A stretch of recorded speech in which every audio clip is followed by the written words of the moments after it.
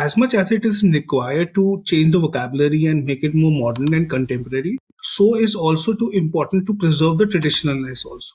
So we work both ways. We try to preserve the traditional essence of the designs also. But the northeastern arts and crafts has not yet been exposed, in India in spite of so many years. And the kind of embroidery, the kind of silhouettes that they have, they're comfortable, they're beautiful. A lot of times people are in a hurry and they basically jump into entrepreneurship or smaller. I'm all for entrepreneurship and all for startups. But then you have to understand the nuances. We have to understand that no matter what technology does, the groundwork is being on the roads and learning. Okay. Your weavers and artisans are your scientists. Hi, in today's episode, we have with us Gautam Gupta, co-owner of Asha Gautam and founder of GG by Asha Gautam. He's a visionary in Indian fashion, immersed in design from a young age. Gautam joined the label in 2003. His early exposure to India's diverse handloom traditions and his mother's design philosophy deeply influenced his approach to understand the nuances of design more as he studied fashion from NIFT as well.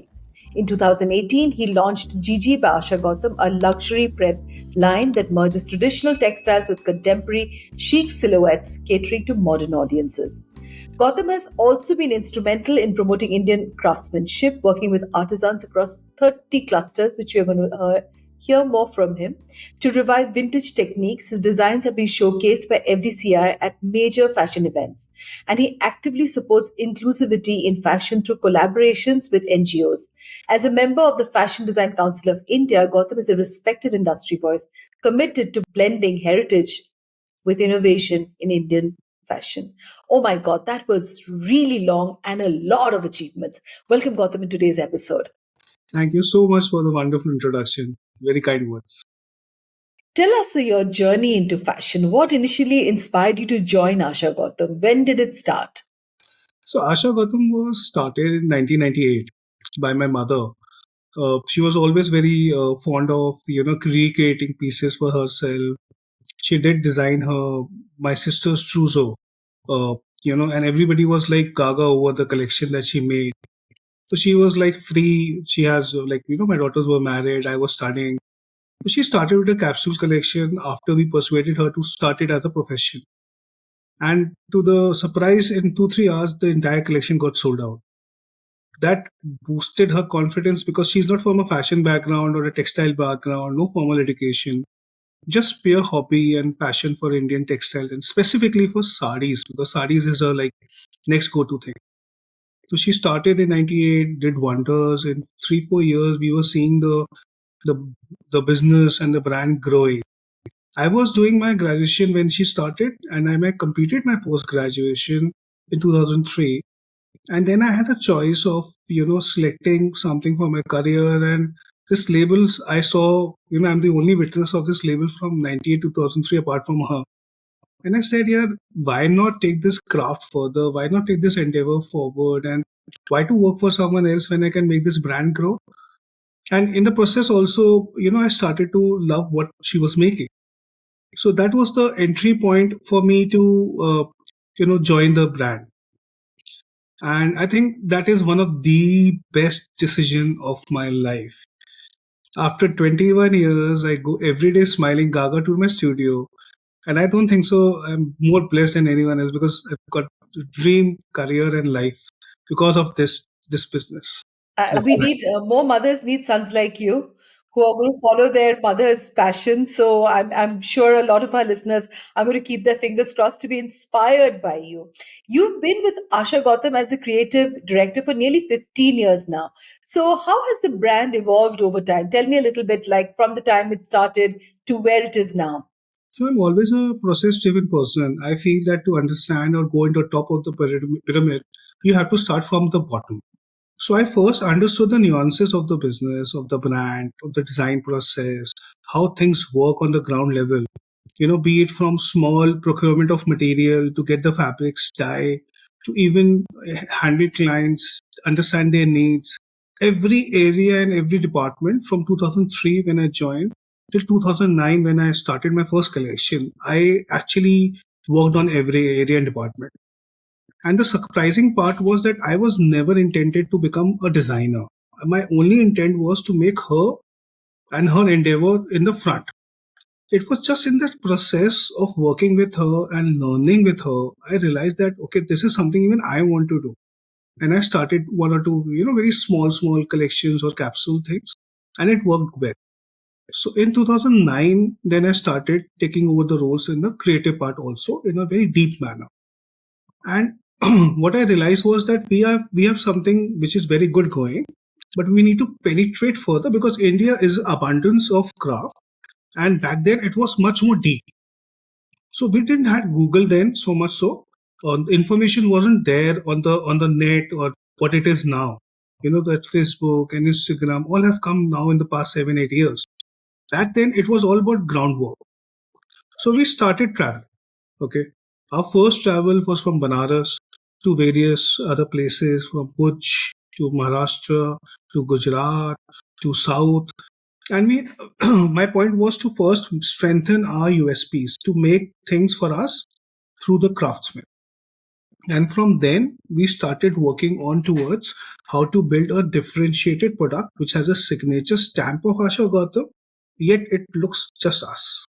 So Asha Gautam has been recognized, for reviving several ancient craft, which isn't an easy task at all. So how did you go about reviving these techniques, and why is it so important to you and your team to revive these? I mean, of course, I'm a crafts aficionado myself, and I believe that it takes a whole village to get the entire craft going forward.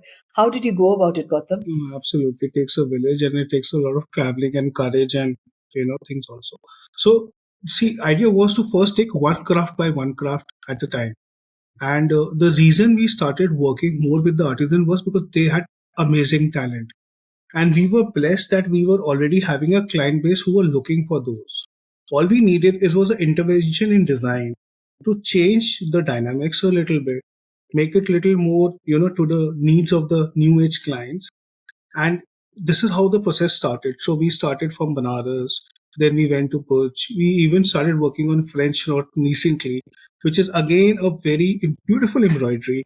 But you will find a number of artisans dipping down. Yeah. So we started a specialized unit in Noida where only French knots is done. And to your surprise, from 10, we are now more than 50 people who are just working on French knots for us. Wow, Gautam. Because French knots for me and cross stitch, I think these are those two crafts that I really go back to my childhood. Absolutely. And, even cross stitch, I think, as, a form of embroidery is really dying because it requires so much of work, to do it. Absolutely. Yeah, so phenomenal. So with such a strong focus on traditional Indian craftsmanship, how do you balance the old with the new? And what are the challenges that you generally face with the modern silhouettes and traditional weaves? How do you put them to complement each other? I want to add one more thing over here. India, I think a lot of people, it's diverse in everything. It's very diverse in consumption. So, as much as it is required to change the vocabulary and make it more modern and contemporary, so is also too important to preserve the traditionalness also. So we work both ways. We try to preserve the traditional essence of the designs also. So we use a lot of artisans fabrics also, saris also, weaves and crafts also, and do something on it to make it, intact. And at the same time, we modernize or change the dynamics also. So the way to go about it is to work on the mood boards, to work on the designs, sit with them, give them a surety of certain quantity so that they don't feel demonetized or lack of funds with them, and guarantee them business and sales, and try to work upon with the new color sense, new patterns, new motifs, new placements. So this way you're keeping both intact. So you're keeping it the traditional form also, because there are a lot of viewers, and specifically like for example after COVID, a lot of them approached us that we have abundance of fabric. Can you do something about it? So we started making pantsuits from ikat fabric, and it supported them and it created a new dimension to our modern brand, GG. So that was. Phenomenal, phenomenal, yes. So tell us the range of products that you have with Asha Gautam. What kind of pieces do you specialize in and what makes them unique? Okay. So, the first and the most important section we still hold very close to our heart is a masterpiece sarees. Now, each of those sarees almost takes 6 months to a year in making and sometimes more. So the name of these sarees are like Paithani. Of Okay, course, I know. yeah, Petani. like Banasi Rangkats, Jamdanis. Okay, double ikat. Then we have some sarees from South, Kota Doria. So all these selective sarees, like French knot embroidery sarees, convent embroidery sarees. So these are our masterpiece collection, which is for basically those people who are hardcore, authentic buyers of certain crafts. They don't want fusion, they don't want mix and match, they want purist products and designs. So that section is for them. After the masterpiece collection of saris, we have a bridal collection which we are working very hard for the past 4 years, and that collection has recently been reworked. So that is basically targeting the brides. We are keeping the Asha Gautam heritage-ness in it, so keeping mostly reds and pinks, which are like the one of the best options for the bride till now. And the third section, which is about the handloom lehenga. So apart from the fabrics that we develop, we create them to create lehengas. And handloom couture is a very unique word in Indian design industry. I'm to say a lot of people do great works, but very few focus on handloom couture, which is a combination of great weaves and intricate embroideries together in one attire. So that also is a very big strength for us. Apart from that, we have added more, dupattas, kurtas, and those kurtas are for all ages. So we have unstitched kurtas so that, it goes with every size. Okay. So that is more predominantly our collection. So let's talk about your beautiful Vrindavan collection inspired by Radhakrishna's love story. What elements of Vrindavan and its essence did you bring into this bridal collection? It So sounds Vrindavan, exotic. it is actually Vrindavan is a place where we have traveled for more than 3 decades. My Wow. mother is a very spiritual person and a ardent follower of Radhakrishna. So when we were thinking about the a bridal collection or the restart of the bridal segment, we thought that what is one thing which is closest to our heart, and what are the messaging we are trying to say with our bridal collection.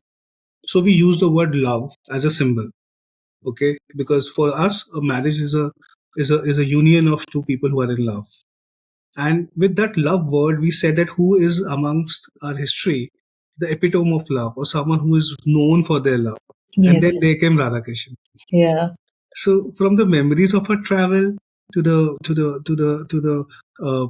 love of Radha Krishan, we started developing our artworks, our moods, what kind of a collection we want, how we want to articulate it.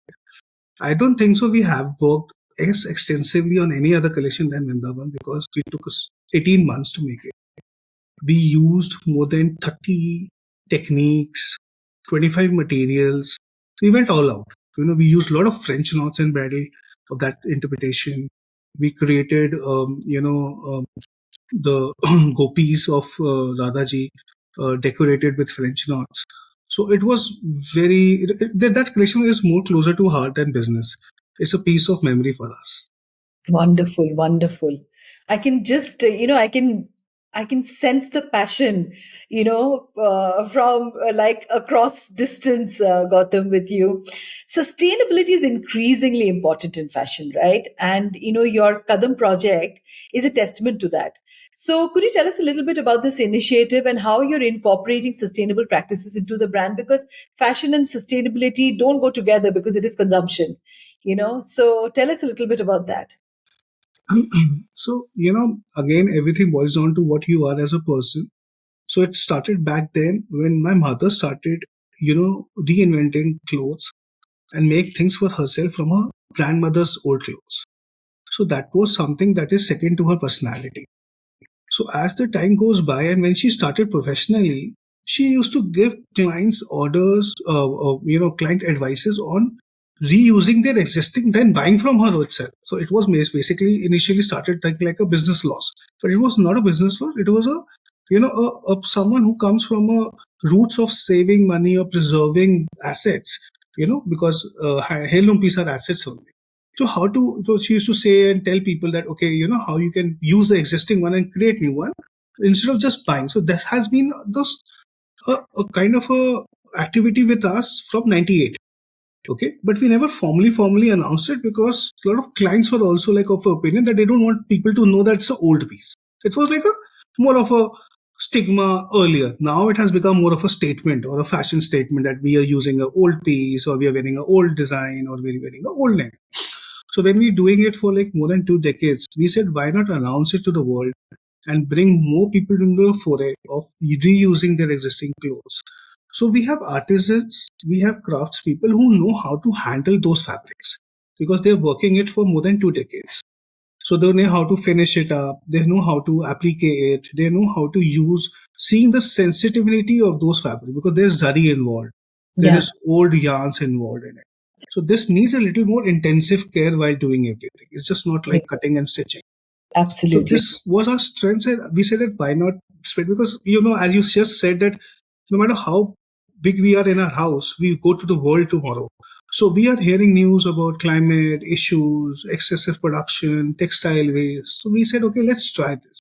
There's been a good initiative. We still do more than 50 to 100 pieces in a year, every year to save, you can say, preserve, you can say, or value addition to, you can say, to How those. wonderful. How wonderful, Gautam. So, Yeah. Gautam, you work with, 15 clusters or maybe more than that and across 7 states. So tell us a little bit about, the lessons that you've learned because each state is different and it's so, it's so fascinating that in India, when you go even within one state, from one place to the other, you'll find a different stitch, a different craft, a different cuisine. So, really we are diverse.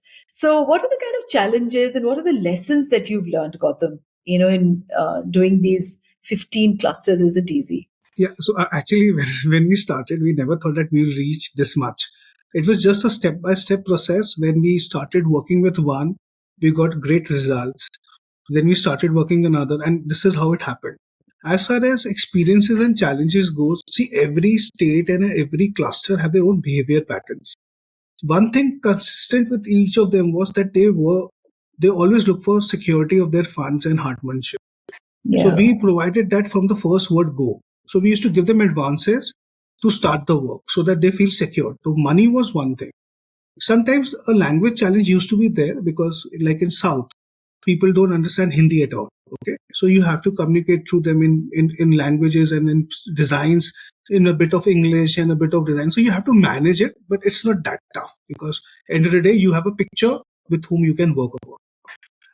Third part is that now I'm saying that we have a lot more facilities because you get a lot of people approaching us today also about that we are a weaver from Chanderi or we are a weaver uh, from Banaras and would like to work because everybody now knows about us because every weaver has a social media handle now.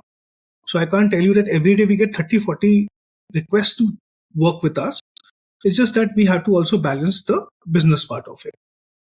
But back then it was more of persuading them to work with us because they were not used to it. They were always used to make one design 30 pieces, one design 15 pieces. So to change that mindset, it took 5, 7 years. But touch wood, because of technology, today we don't have to travel often. We have to just send our designs and they work over there and they send the things to us with first sample comes and then the end product comes. Also, one more thing I want to say over here is that we are not just over doing this with weavings. We have started reverse migration in embroideries also. So there are belts and areas in India where specialized embroideries are done. And we are trying to reverse migrate as much as possible because for the well-being of the artisan and their family, it is important that they stay close. So how wonderful. that is our next initiative to reverse migrate as much as possible and let them work closer to their family, maybe in their house with a small adda. So it's a process. We are working on it, but so traveling to those clusters is a spellbound emotion. I can't say in Super. words, honestly. Oh, yeah, yeah, yeah. I completely agree with you because I am a huge arts and crafts. Like I said, I began my career, by writing about arts and crafts and weaves because I am a Bengali. I grew up in a home where everything was handmade. And, for the best and the worst and any and every occasion, Ma was wearing the tangail or the, fulia sari or the baluchari, which is really now becoming lesser and lesser. And so yeah, I mean, I think there is so much of emotion if you've really grown up in that sort of an environment. As you you know I mentioned Tangail, I'm sorry, as you mentioned about Tangail, right? So what we Mhm. recently did it, we did a French knot embroidery on a Tangail sari. Wow. I just made Wow. 3 pieces and all of them are sold out. So it's just Lovely, saying how beautiful. lovely crafts can be articulated or upcycled very well. Yeah, and how they can also get together in one universal language, of art. Absolutely. And that I think is just so phenomenal. So I also love the fact that Gigi by Asha Gautam is all about redefining luxury pret and fashion and fusion wear in fashion, right? And I am a huge follower of wearing fusion clothing because I love Indian arts and crafts, and I'm mostly in Indian clothing most times. Of course, I cannot wear the sari everywhere and go. I generally wear a kurta and a skirt and a like a slip underneath, and that's my really comfortable wear because I have embroidery on it, and I have a salwar kameez and a kaftan, which now has become like really really it's also seeing a lot of comeback, I think, now. True. So yeah, so how do you envision this line expanding or evolving in the coming years? I mean, I wish more girls would just wear Indian clothing, because and I just think that there's so much here. Why should we buy anything elsewhere when we have so much within our own country? So you tell me, what is it that you envision in the years ahead? Do you think there will be a comeback? Okay. So I say that, there will be a pie for everything. Okay. There will be a lot of true purists who will just want traditional Indian wear. And there will be some changes which is inevitable. So I say I'm a split personality because one side is a business and another side is a creative one. So they both are separate. One should not contradict them too often. Why I started GG was a very simple reason that we had so much of crafts, but not everything can be just sold in an Indian form. Okay, there is a chart. There is a big section who wants these crafts to be modernized. Now, instead of debating or running against the tide, let's flow with this tide and give them something which they want. We never touched Asha Gautam into getting contemporized too much or making it in a very, very Western form because it has a aesthetic, it has a look. So we started GG by Asha Gautam because of the fact of the artisans being there who are ready to make more, provided you do manipulations in terms of design intervention. So you change the silhouettes, the fabric texture, the embroidery placements, and you can give them these demands a right answer. There are a lot of people who say that we want to wear biodegradable fabric which doesn't impact landfills, which doesn't impact underwater. So you need to give them those kind of fabrics in a modern silhouettes to serve them. And also as a person who has learned fashion, who has done business, who has been in the industry for 20 years, I felt that it will be something for me, in a sense. Okay, how far I can go out of my comfort zone. Why should I just make one brand when I can do more with my skills and knowledge? They're different properties, subsets with the soul of working on Indian crafts. But they are speaking their own languages, they are going into their own territories, and maybe they are targeting different sections of the society. There are a lot of NRIs and expats or Indian diaspora outside who Yeah, love these. I yeah, get they, orders from like left, right, and center online because of being starting this label.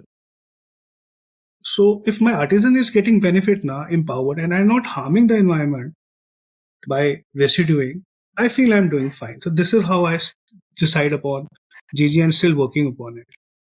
So, how do you see Indian fashion evolving, on the global stage? I mean, what role do traditional crafts really play in this? As you said, that, internationally, there's a huge market where they love having Indian motifs. And I've seen that, whenever I've traveled abroad. And it's amazing that you go into the store and you're going to find a chicken curry in a Western jacket, or you're going to find that in a shirt.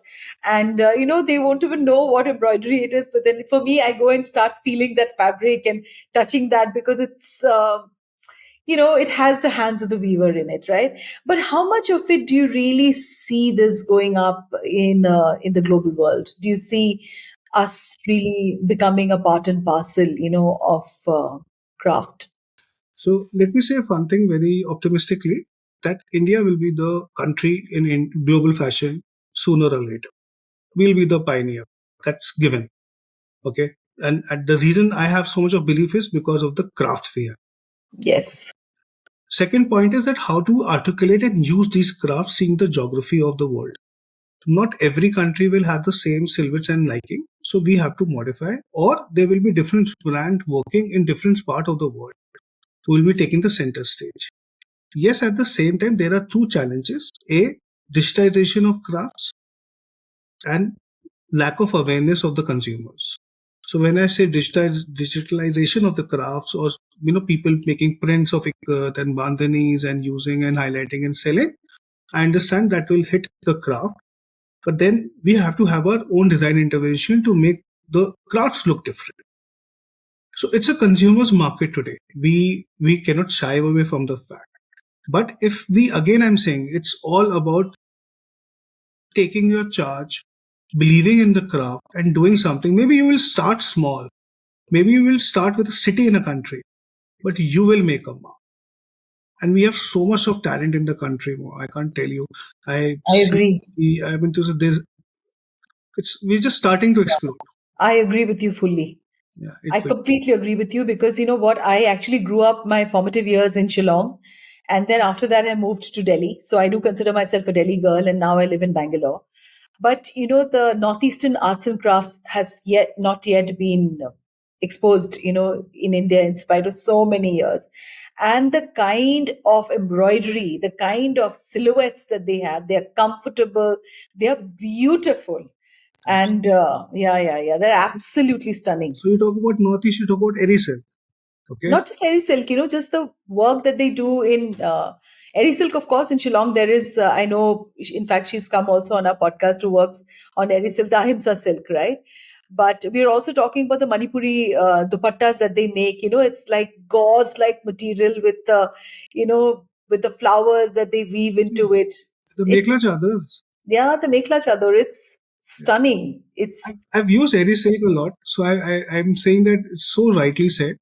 It's there. There's lot to do more. Lot to do. there's tons to do. Now, you know, you've been in the industry for over 2 decades now. What advice would you like to give young designers who want to incorporate traditional crafts into their work? Okay. See, first of all, I have always said this in my past views also, that we have to understand that no matter what technology does, the groundwork is being on the roads and learning.